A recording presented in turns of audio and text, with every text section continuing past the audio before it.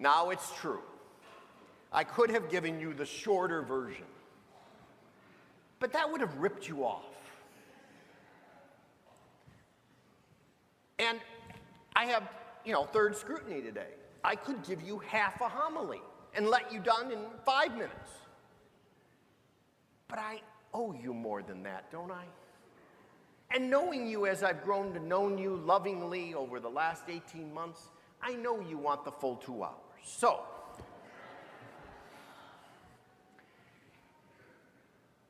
Lazarus, in the old days when I was a little boy, the translation came out from the Hebrew, Lazarus come forth.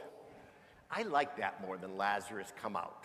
It's got a little more drama to it, But can you imagine what this would have been like? The guy had been dead for 4 days. There was no advanced funeral home technology back then. This would have been bad. And it's the precursor, theologically, to the resurrection itself. Jesus is illustrating for everyone to see that death has no governance or control over him. And if you can control death, who are you? God. Only God can defeat death. Jesus, the second person of the Trinity, God himself, the God-man come down to earth, takes out his international passport and shows it for everyone to see. This is who is among you. And still, some doubt him. Now remember, the same people he's going back to see in the same neighborhood are the people that tried to stone him. Now, when we went on our pilgrimage to Jerusalem, and next year when we go on our next pilgrimage, you'll be able to see this place. These people tried to throw him off a cliff. This was ugly. And yet, he goes back amongst them. His apostles try to warn him away, and he says, whatever.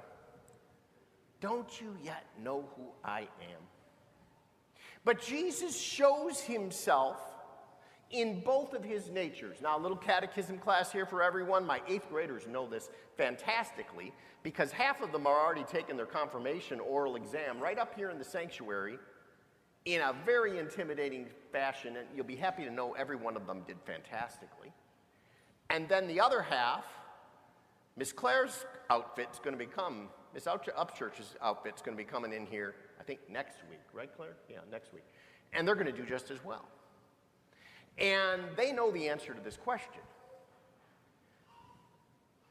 The Father and the Holy Spirit, the other 2 persons of the Trinity, have but one nature, divine.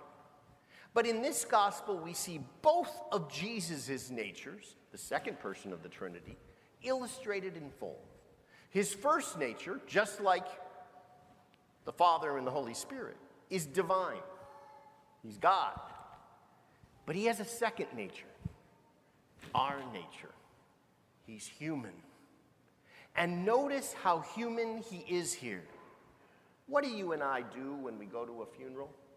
Sometimes when I'm celebrating a funeral, even if I didn't know the person, I'll have a tear in my eye. Especially at the end of Mass when I'm doing the final commendation that the priest says, where Mother Church, the church founded personally by Jesus Christ whilst on earth, says goodbye to the dead person. It's very emotional. And you and I cry at funerals, and if you don't, I'm worried about you. Because death for us is the worst kind of tragedy. And for us humans, and we're pretty wimpy, let's face it, our belief doubt creeps in. And we wonder, will we really ever see our loved one again? Is this really forever? Is this really final? And we get scared. Jesus cries. Everybody caught that line, right? Jesus wept. Just like Mary, just like Martha, just like all the Jews that were gathered around them, just like his disciples, Jesus wept. Remember, he weeps another time too in the Garden of Gethsemane. He weeps blood. Sweat of blood is coming down him and he's weeping. Father, let this cup pass, but not my will, but yours. Jesus is everything we are except for one pretty big detail. Sin. You'll never find in Jesus selfishness, deceit, gossip, anger, viciousness, an absence of empathy, mercy, and compassion. That's us. Jesus is just love. He weeps for his best buddy, Lazarus. He's very close to this family, very much like priests become close to families. He loved these people. And so what happens? He weeps. But then what does he do? Then he says, yeah, but I'm God. And now I'm going to raise Lazarus from the dead. Now, did he raise Lazarus from the dead because Lazarus is pale? No. Jesus never healed anyone for them. Otherwise, he would have healed everyone and made it heaven on earth. He raises Lazarus from the dead to show the world who he is. He takes out his passport. This is who I am. Death is nothing to me. It's everything to us, isn't it? Let's be honest. You and I, we fear death. We go to a funeral, we think of death. We go to a hospital, we think of death. Death is always that specter, that shadow behind us. We make fun of him sometimes. The Grim Reaper. At Halloween, how many kids dress up as the Grim Reaper? I mean, it's getting weird. Why? Because this is a part of us.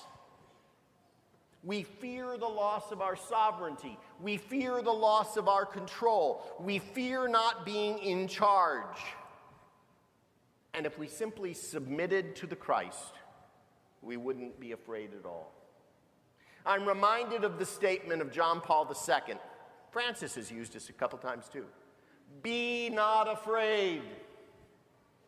Jesus is there for you.